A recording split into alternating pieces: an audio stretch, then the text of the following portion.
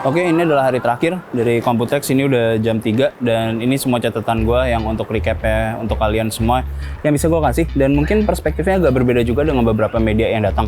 Kayak ada dari Gaptek, ada Suki, ada dari Dika, DKID, dan dari Rodi juga. Terus ada Alfa, bahkan ada Pak Benny juga yang hadir sebagai media.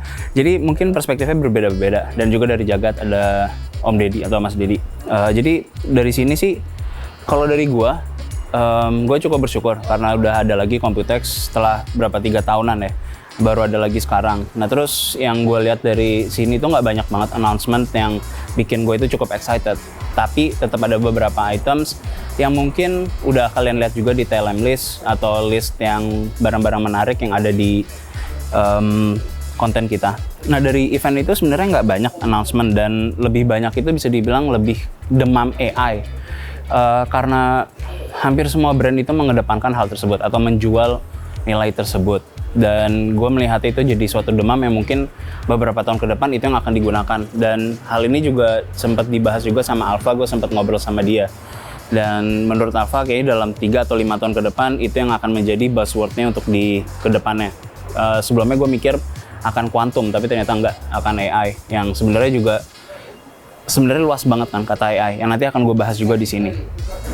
Nah di luar AI, topik itu lebih banyak yang ngomongin masalah sustainability atau gimana cara mereka ngebuat hardware maupun packaging dan segala macam itu untuk lebih sustain di masa depan dan environment friendly. Itu menjadi topik yang cukup besar, bahkan recycling juga menjadi topik yang cukup banyak diutarakan oleh banyak vendor yang ada di booth-nya masing-masing di Computex tahun ini. Terus yang kedua adalah bukannya suatu announcement baru atau project baru, tapi lebih ke masalah refreshment untuk suatu produk kayak motherboard atau bahkan GPU di dalamnya. Kayak GPU seperti 4090 yang menggunakan water cooling yang saling integrated dengan satu sama lainnya, atau penggunaan atau perbedaan kayak menggunakan LCD dalam suatu motherboard. Jadi menurut gue bukan sesuatu yang gue bisa bilang exciting buat gue pribadi. Jadi kayak penggunaan LED dalam motherboardnya Gigabyte yang bikin gue cukup kecewa. Terutama gue yang menggunakan Gigabyte dari gue masih kecil, zaman Q6600 yang mungkin banyak dari kalian yang tahu karena gue sering mengucapkan hal tersebut. Itu. Jadi gue merasa identitas itu hilang karena mereka harus mengikuti apa yang tren sukai. Itu adalah dengan nyala-nyala atau adanya LED dalam suatu motherboard. Yang menurut gue lagi-lagi itu tergantung sama casing yang kalian gunakan. Tapi itu ada di seri yang paling atas. Jadi prioritas utamanya adalah kalau kalian menggunakan casing yang nggak ada side panelnya, ya buat apaan gitu loh. Jadinya kan hilang fungsinya. Nah ini adalah salah satu yang menurut gue ya cukup menarik dari apa yang Alfa bilang atau jelaskan ke gue. Kenapa mereka nggak menciptakan itu untuk dilepas, di mana displaynya itu bisa ditaruh dimanapun yang kita mau. Nah itu menurut gue adalah ya cara pikir Alfa yang menurut gue sangat-sangat masuk akal, dan gue setuju banget sama Alfa. Dan mereka nggak menghilangkan identitasnya si Gigabyte itu sendiri.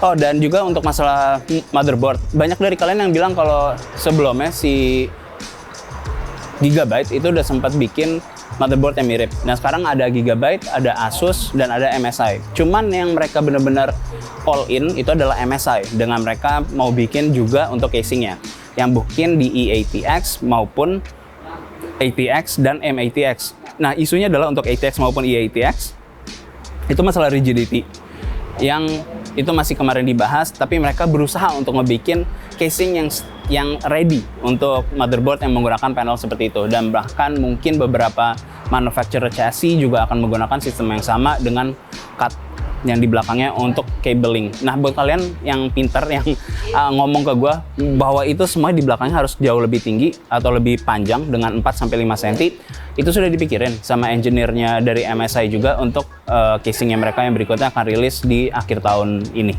Terus cooling system, jadi seperti yang tadi gue bilang masalah LED dan ya nyala-nyala lah, itu juga akan ada hadir Jadi ada cooling system yang jauh lebih komprehensif dari Corsair dan juga dari Team Group. Ini yang salah satu gue lihat dari tim yang desain itu mirip banget sama EK atau gue lupa namanya punya EK, nanti akan ada di sini.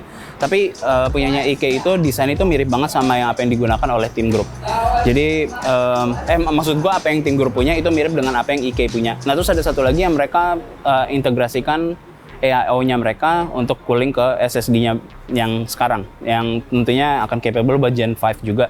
Isunya adalah dengan Gen 5 tentunya SSD akan kenceng dan untuk mereka bisa menjaga sustain read maupun write-nya itu pasti suhunya akan semakin tinggi. Nah jadinya butuh cooling yang MSI seperti yang kalian lihat, ada yang aktif maupun passive cooling. Nah jadi yang punyanya si tim itu menyatu dari AIO ke